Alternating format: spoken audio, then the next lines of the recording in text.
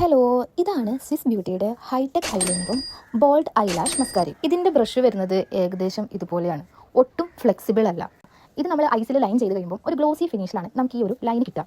Water proof ആണെന്ന് mention ചെയ്തിട്ടുണ്ടെങ്കിലും ഇത് വാട്ടറിൽ തട്ടിയാൽ പെട്ടെന്ന് പൊളിഞ്ഞു പോകും. ആ ടൈപ്പ് ഓഫ് ഐലൈനറാണ്. ഇനി മസ്കാരയുടെ കാര്യം പറയുകയാണെങ്കിൽ ഇതുകൊണ്ട് പ്രത്യേകിച്ച് ഗുണമില്ല, ദോഷമില്ല. ജസ്റ്റ് നമ്മുടെ ലാഷിനൊരു കോട്ടിങ് കൊടുക്കും. അതല്ലാതെ ലാഷിൻ്റെ വോളിയോ ലെങ്ത്തോ ഇൻക്രീസ് ചെയ്യുന്നതായിട്ടൊരു ഫീൽ നമുക്ക് കിട്ടില്ല.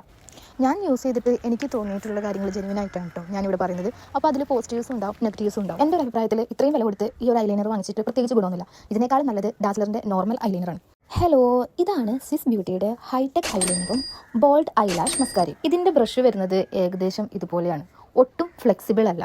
ഇത് നമ്മൾ ഐസിൽ ലൈൻ ചെയ്ത് കഴിയുമ്പോൾ ഒരു ഗ്ലോസി ഫിനിഷിലാണ് നമുക്ക് ഈ ഒരു ലൈൻ കിട്ടുക. വാട്ടർ പ്രൂഫ് ആണെന്ന് മെൻഷൻ ചെയ്തിട്ടുണ്ടെങ്കിലും ഇത് വാട്ടറിൽ തട്ടിയാൽ പെട്ടെന്ന് പൊളിഞ്ഞു പോകും. ആ ടൈപ്പ് ഓഫ് ഐലൈനറാണ്. ഇനി മസ്കാരയുടെ കാര്യം പറയുകയാണെങ്കിൽ ഇതുകൊണ്ട് പ്രത്യേകിച്ച് ഗുണമില്ല, ദോഷമില്ല. ജസ്റ്റ് നമ്മുടെ ലാഷിനൊരു കോട്ടിങ് കൊടുക്കും. അതല്ലാതെ ലാഷിൻ്റെ വോളിയോ ലെങ്ത്തോ ഇൻക്രീസ് ചെയ്യുന്നതായിട്ടൊരു ഫീൽ നമുക്ക് കിട്ടില്ല. ഞാൻ യൂസ് ചെയ്തിട്ട് എനിക്ക് തോന്നിയിട്ടുള്ള കാര്യങ്ങൾ ജെന്യൂൻ ആയിട്ടാണ് കേട്ടോ ഞാനിവിടെ പറയുന്നത്. അപ്പോൾ അതിൽ പോസിറ്റീവ്സും ഉണ്ടാവും, നെഗറ്റീവ്സും ഉണ്ടാവും. എൻ്റെ ഒരു അഭിപ്രായത്തിൽ ഇത്രയും വില കൊടുത്ത് ഈ ഒരു ഐലൈനർ വാങ്ങിച്ചിട്ട് പ്രത്യേകിച്ച് ഗുണമൊന്നുമില്ല. ഇതിനേക്കാളും നല്ലത് ഡാസ്ലറിൻ്റെ നോർമൽ ഐലൈനറാണ്.